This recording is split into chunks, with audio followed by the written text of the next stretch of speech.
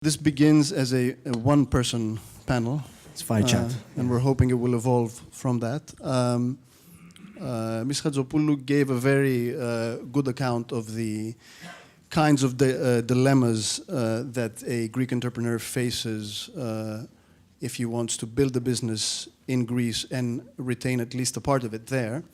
There's obviously excellent human capital, and after 8 years of depression, basically you have very low wage costs, you have very low costs of renting office space, etc. But up against that, you have the ever-evolving, ever-shifting tax regime, and it seems always to shift upwards, never downwards. Over-regulation, anyone who's dealt with the Greek public sector knows the kind of nightmare that involves. So in this panel with Vassili and hopefully with Babis and Claus later, we will talk. Oh, great. Hi, guys. We'll get to talk about the challenges and the opportunities of having a company which is either based in Greece and looking to extend globally in terms of personnel, investors, and consumers, or which will move outside Greece and retain a very strong part of its development team back home. So I will begin with Vassili, who is the founder of Intelen, an energy analytics company, and I assume you will tell us, first of all, what that means and how it came about. Okay, thank you. Thank you so much for the invitation. Really happy to be here. So actually, my company means Intelen comes from intelligent energy. That means that we have a software, so we have a software and technology providers enhancing the digital transformation of the utilities, the electricity utilities. The company started back in 2011. Actually, I was a researcher that tried to become an entrepreneur. Hopefully, I'll see if we can make it, which is something really tough, especially when you're doing something in Greece. The company just was founded back in 2011, and we spent roughly 4 years doing commercialization of our research output. So we were actually engineers having publications on how some mathematical models, how to analyze energy data from smart meters, and how to combine external factors just to estimate energy efficiency to big buildings. 2011 raised a couple of rounds, just start building the product. In 2013, we just moved to New York. For reasons that I will explain after. I'm going to have a question on that. We got great feedback for that from the local US market. That was one of the main reasons we just moved there, except of course for funding and everything, just to go to tap ourselves in the local market, because what we were doing, actually there was no local market in Greece. So we were just a company doing things with no customers in Greece. So that was a pretty difficult equation to be solved. Right now, we have found our scale-up path. So from 2014, 15, we just built a great product, a product that combines different sciences, scientific fields, energy efficiency, data analytics, mathematics, gamification. We just use game mechanics to engage users, IoT, and we're just roughly working right now with roughly 30 utilities all over Europe and US. We have a SaaS platform. We don't have a SaaS business model. So actually we're selling a complex solution. That means that it's not something that you can buy off the shelf or enter in our website and just clicking on the credit card. Our sales cycle takes a long time. We just can be talking with the utility for 1 year, but we have multi-million contracts, and the scale up can be pretty fast. We're competing companies. Right now we have roughly five competitors in the global market. We're just competing Opower and Simple Energy and Tendril, some US companies. Actually, Opower was acquired by Oracle, $500 million 6 months ago. So there is a movement in the market. The smart grid market that we're currently activated, it's a great market. It's going to be huge evolution and development in the next 3 years in terms of storage, in terms of electrical vehicles, in terms of IoT sensors, smart thermostats. We go and we tap and integrate all these into a unified platform where it's being sold to the utilities, and then the utility is actually selling that platform, actually offering the platform to the end users. So the end user, as an electricity or a utility consumer, you can have online information about your utility bill, you can pay online, you can engage with games, You can have a marketplace, or you can actually buy things, throw rebates, or throw targeted marketing from utility. And we have a very strong data analytics engine at the back, and we're analyzing everything.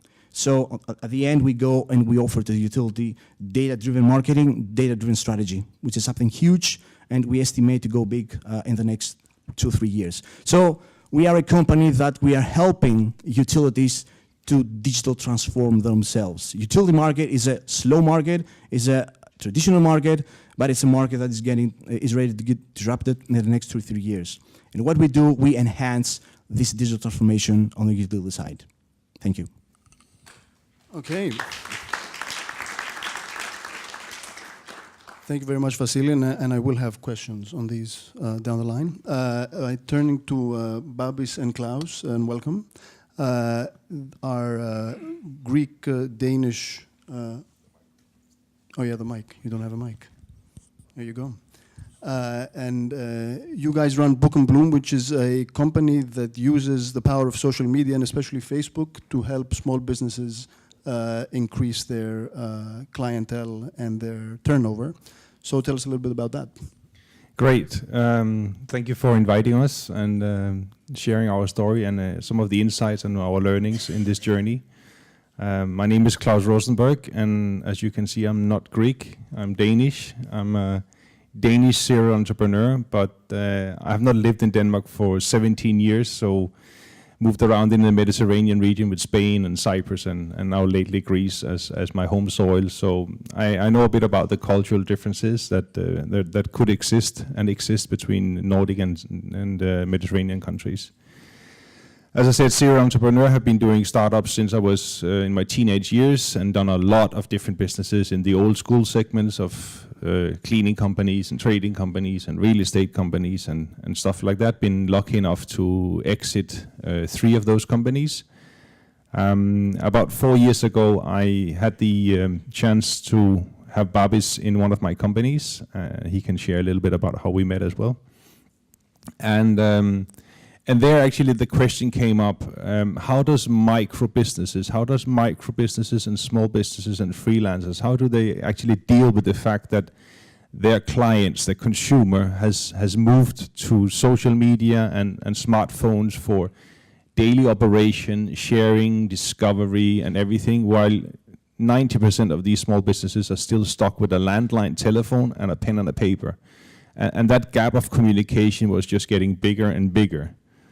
And another of our hypotheses was that we actually at that time, and today it may sound a little bit clear, but in 2011-12, we did believe that Facebook would become a utility. We were of the conviction that privacies and whatever people was waiting for Facebook to fall on would go away. And I remember I said to Babis, 5 years from now on, we will do banking over Facebook. And just last week, we had payments released over Messenger, so I think it's going the right direction.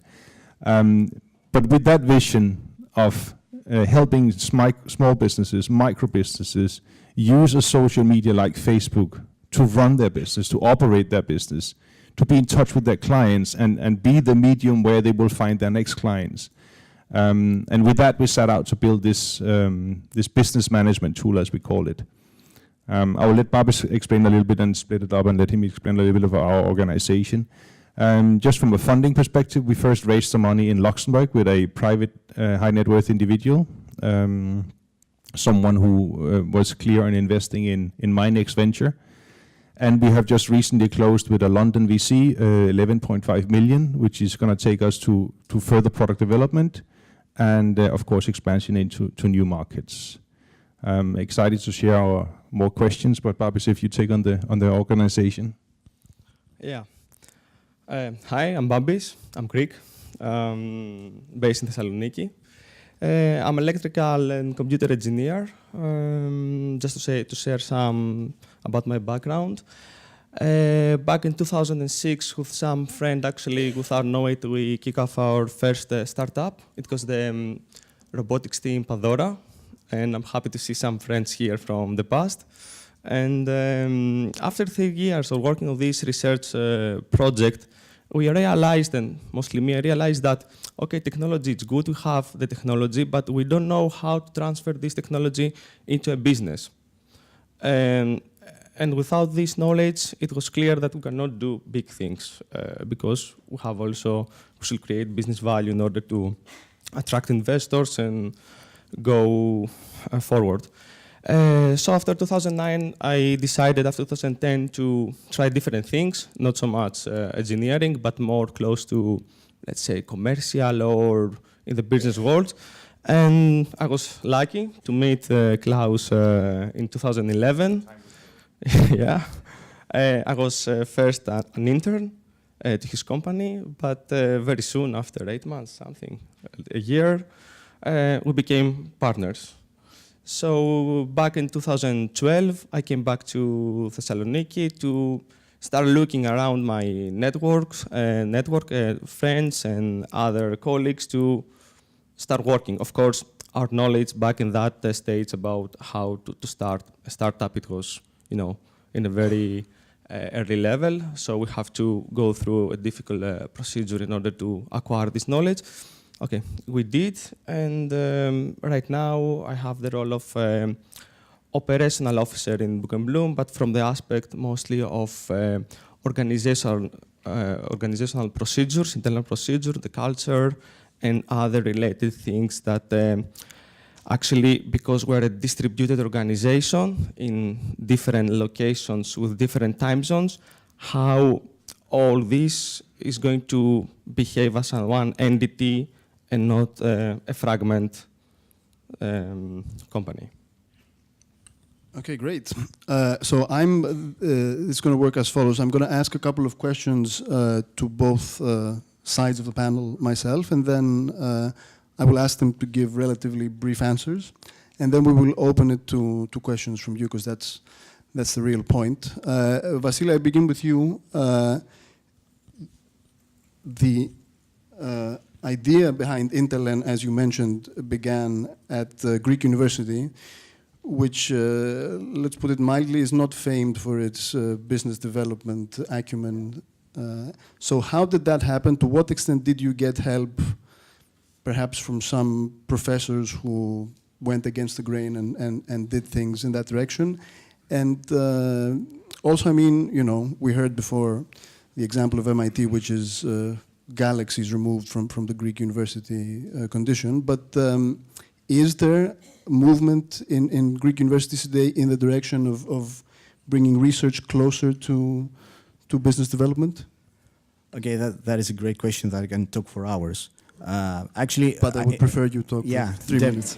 Definitely. So I mean, I've been a lot for a long time. I just started my PhD in National Technical University of Athens back in 2004.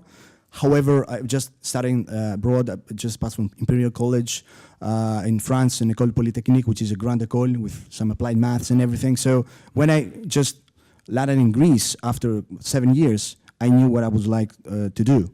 So of course, the first thing I have to do is a very good professor that he can understand, because especially in the Greek university, 90% of your PhD is your professor. I think this is a general rule. However, in Greece, it is 100% correct. So I had a great professor that just gave me the liberty, gave me the degrees of freedom to innovate inside the university, which is something not easy, especially when we're talking back in 2007, when there were no startups, nothing. There were only government funding back then. So, and the big boom actually, because I just managed to turn my publications into a technology, was that I had the degrees of freedom, and I just started trips to Silicon Valley back in 2009 after winning a couple of innovation contests. So, and it's something that I just always mention in my mentoring, that small startups do take part on global competitions, because this will actually give you, except for money or from some publicity, will give you the psychological boost to understand that what you're doing, it's something good. So you have to keep on doing that. And after traveling to the Bay Area, this is where I just learned how to do business. So actually, the trips helped me a lot. You cannot get a lot of help inside the university, definitely. I think now things have changed in Greece. There are some incubation initiatives inside. However, back in 2006 and 2007, when I wanted to let's say, found Intelen, that was pretty tough. And just bearing in mind that O-Power, one of the biggest competitors that we had, actually the one that got acquired from Danny Yates and Alec Lasky from Harvard, they just set up the company in 2008. So imagine if I was in the US. Anyway, it is tough. It takes time. I learned on myself how to do a business plan. I became a lawyer. I became an accountant. I learned how to pitch. That is not easy. Right now, there are too many mentors. There are mentors in Greece. There are people that have done that, so they just get help from the outside. However, I just learned that myself. That takes time, of course. It's tough, okay? It was tough. I think that's now it's much, the situation is much, much better. However, you need to take personal initiatives to boost things in the university. Thank you. And the issue of mentoring is very important, and obviously one of the problems of Greece as a still emerging ecosystem is that you have many people who present themselves as mentors who, you know, when you see their CV, they haven't really ever started a business. They're just, you know, professional mentors, which is an interesting thing to be. Turning to you guys, one of the things I wanted to ask you was you mentioned Book and Bloom as a distributed company. What are the challenges of running a distributed company, and what are the advantages of having your development HQ back home in Thessaloniki? Okay.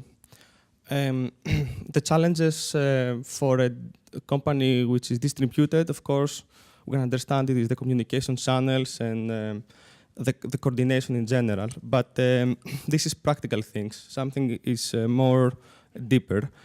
And for me, it is how we're going to establish the right procedure, the right culture. And culture, if you ask me what is your culture in Book and Bloom, I will say is how we solve problems together.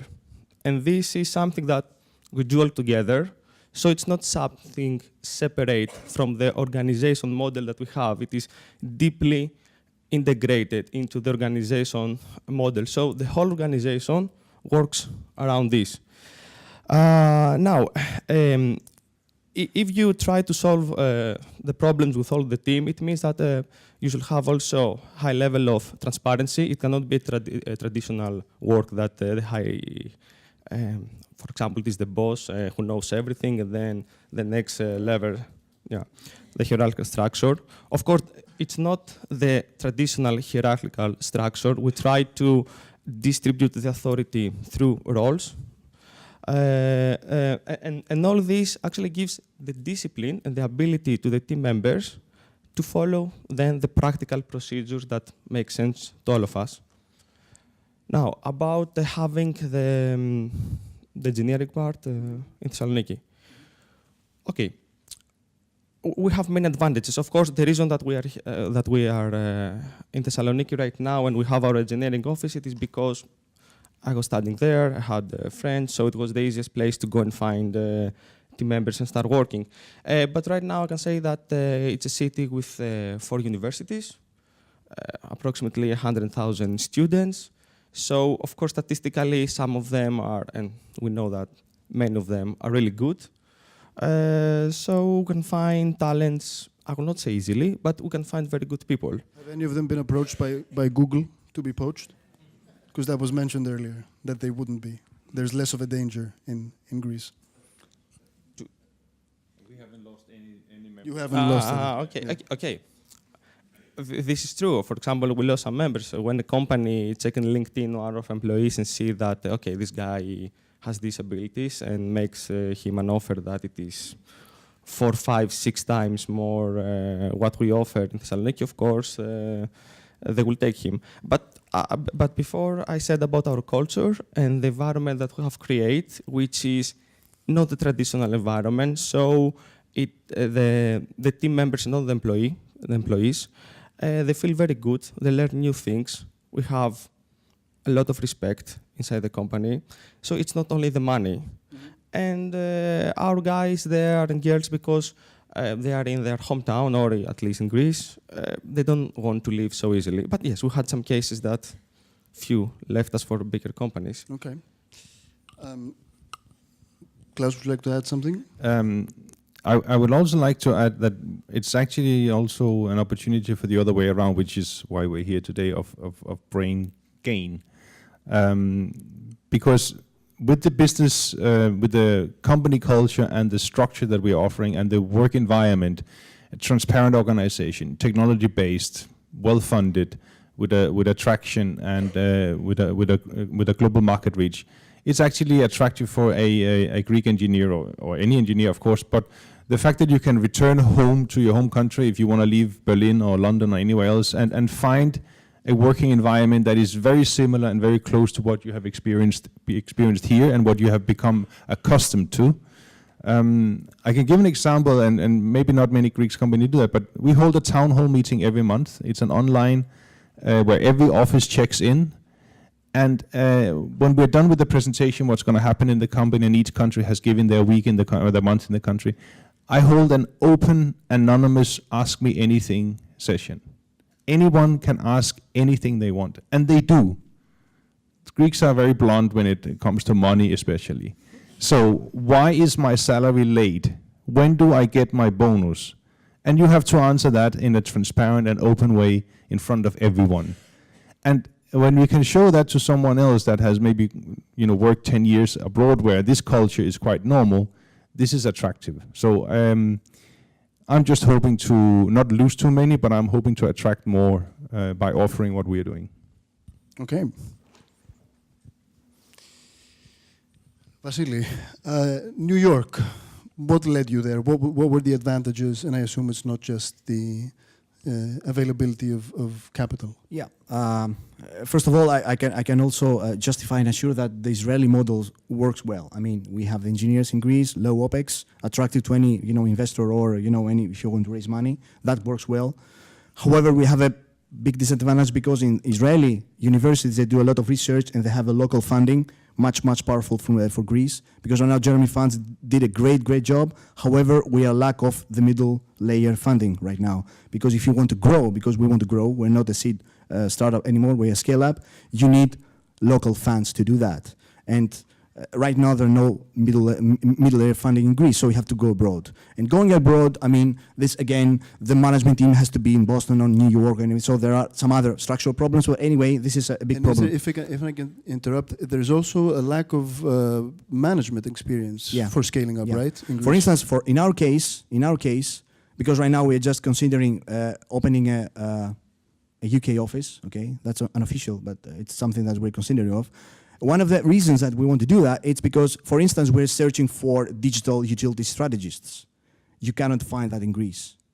We're talking about ex-EY guys. I mean, we have a great partnership with EY that will actually take us to the whole world. But you need talent. You need high-level, middle managed and high C-level talents, especially in our domain, the utility business. You cannot find them because they're all abroad. Anyway, this is just an example. So New York was, of course, East Coast. The weather is bad. It's really bad comparing to California, definitely. However, you have less flight time, which is another advantage. And of course, we went there in 2013, except for funding and everything, to tap ourselves in the local market because we had the lean startup model in our business where we are a B2B SaaS enterprise company. That means that the feedback from the customer can take 6 months, 1 year. We're not a B2C company. So we had to build a great product to compete companies, top companies. In order to build a great product, you have to have high-level customers. Your customers are the ones that will raise the level of the product. Pause. That being said, we went to the US, and initially we took, because we were actually building the platform back in 2013, 2014, we just added new enhancements to the platform, mobile app with gamification. We had clients at Harvard University, we have Western Carolina University, universities that were actually downloading the app and were playing games against each other, the dorms inside, Harvard Business School against computer science. We're talking about gamification to save energy in the dorms and everything. So if you have feedback from the Harvard Sustainability Office, that's something good. And that helped a lot raising the level and the quality of our product. So one of the main reasons was to tap ourselves in the local market because the American market, especially in the energy domain, it's booming. Right now Europe follows, but Europe also is booming as well. And the third thing was that based on the nature of our business, as I told you, we're not a SaaS business-oriented company. That means that in order to get US customers, we need to have US contracts with US company, with a TIN, AIN, with a US VAT, and not VAT, US AIN. So we had to have a local office in US to sign contracts, to make the POs and everything. So yes, US helped a lot, of course, and we'll try to scale up now to 3 states that they have a very, very highly deregulated energy market, such as California, Texas, and there is a huge reform in New York. They're trying to turn New York into a huge microgrid, which is amazing.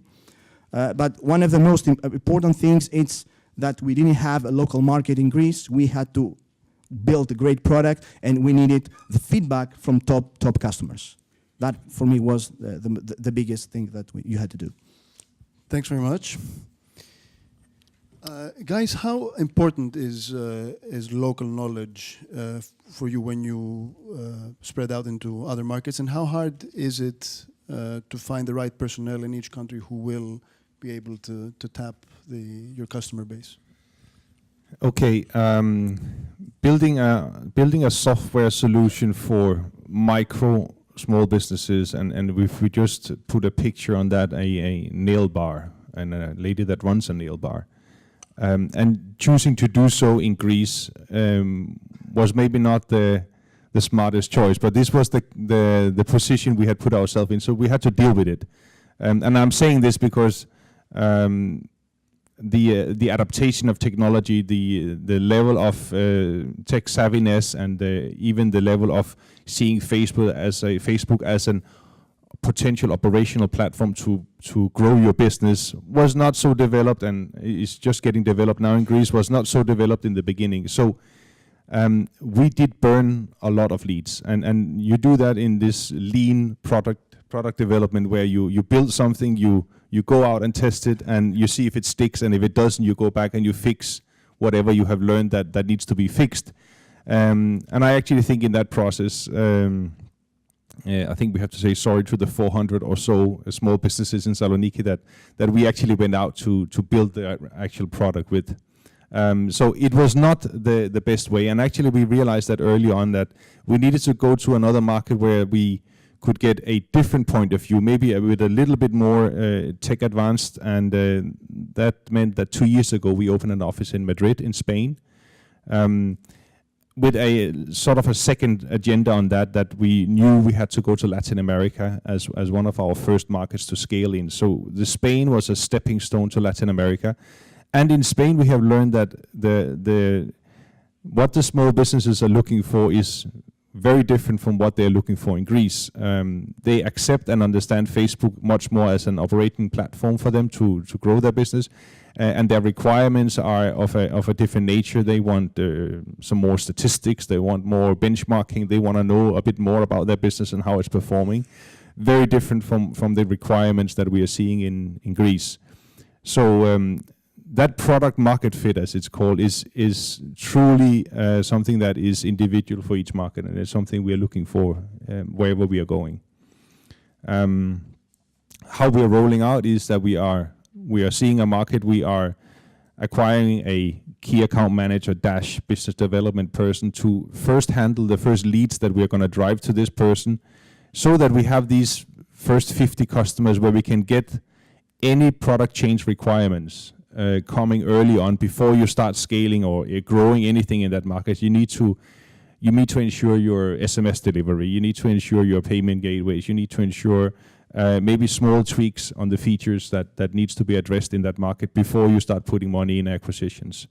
That we tried already a year ago, open up in Colombia, and again, completely different product requirements, completely different go-to-market strategy, and we're learning that. And we're solving a global problem, so we need to learn this another 191 times.